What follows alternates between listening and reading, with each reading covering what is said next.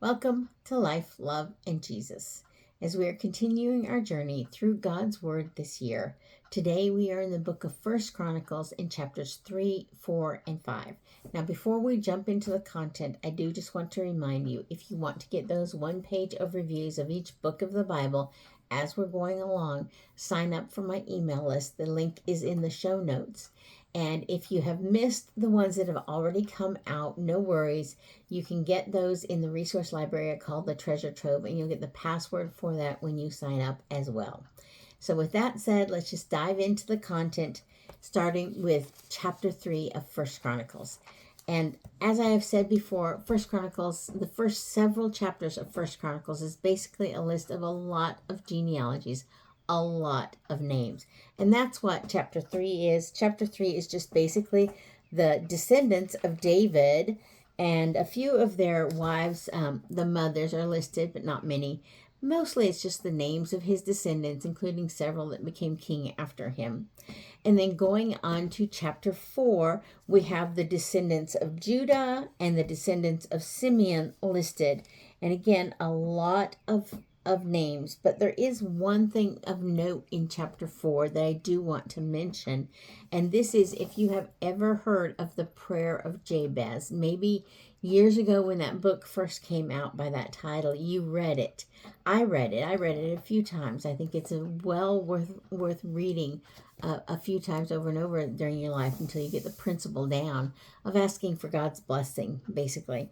But the verses that inspired that book are taken from First Chronicles 4. And the author of that book, Bruce Wilkinson, says that going through all of these names, you don't expect to see a whole lot of interest and are not usually disappointed in that regard. But those verses jumped out to him, and I'm just going to read them right now. Jabez was more honorable than his brothers, and his mother called him Jabez, saying, because I bore him in pain. Jabez called upon the God of Israel, saying, Oh, that you would bless me and enlarge my border, and that your hand might be with me, and that you would keep me from harm, so that it might not bring me pain. And God granted what he asked. Basically, Jabez, although he had a rough beginning in life, overcome that and learned to trust the Lord and call upon the Lord and to ask specifically for God's blessings. It's a great lesson for all of us. And then in chapter 5 of First Chronicles, we have more names. The descendants of Reuben, Gad, and the half-tribe of Manasseh. And if you remember, these are the tribes that were on the east side of the Jordan River in the nation of Israel. And there's nothing much that sticks out here, except I just want to point out at the very beginning of chapter 5, it starts out by saying, the sons of Reuben, the firstborn of Israel, for he was the firstborn, but because he defiled his father's couch, his birthright was given to the sons of Joseph, the son of Israel, so that he could not be enrolled as the oldest son. So Reuben forfeited his birthright as being the oldest son of Jacob, who is also called Israel. He forfeited that right because he went into, or he had sex with, one of his father's concubines. I don't remember which one. But because of his sin, the judgment was he was stripped of the title of the heir of the forthright. And then the rest of that verse 2 says, even though the birthright went to Joseph, though Judah became strong among his brothers and a chief from him, yet the birthright belonged to Joseph. So it's just noting the fact that, and of course God knew this because he prophesied way back that the kingly line would come from Judah. The birthright was Reuben's.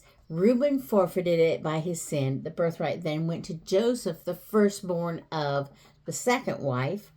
And that is legally the birthright. But even though the birthright's there, Judah is the one that God chooses to elevate because that is the line through which the kings would come. David was from the tribe of Judah, and Jesus was from the tribe of Judah. So just a few tidbits there for you to dig out of the list that sometimes get a little bit boring reading through. Now, after we finish our content, we always go through our 3 questions. What do I learn about the Lord? What do I learn about myself? And what do I need to obey or change in my life because of what I've learned in God's Word today? And I am going to share with you the answer I have for question number 1. What do I learn about God? God will answer prayers and bless those who trust him, and that's Jabez we're talking about there. But he will also let people make their own sinful choices and suffer the consequences be judged. And that's talking about Judah, as I've pointed out.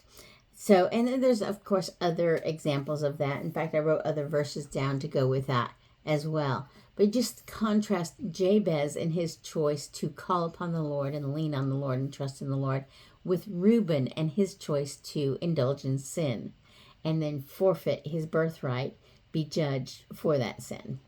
So that's what I wrote down. What are you recording in your journal today? I do hope that you have a journal and you're continuing to write down what the Lord is teaching you throughout this year. Thank you for joining me here today. I have been having a lot of longer videos, so trying to keep some short, especially as we're going through these genealogies. I pray you'll be right back here with me again tomorrow, as I believe we are hopping back into the book of Psalms. Have a blessed day living for the Lord.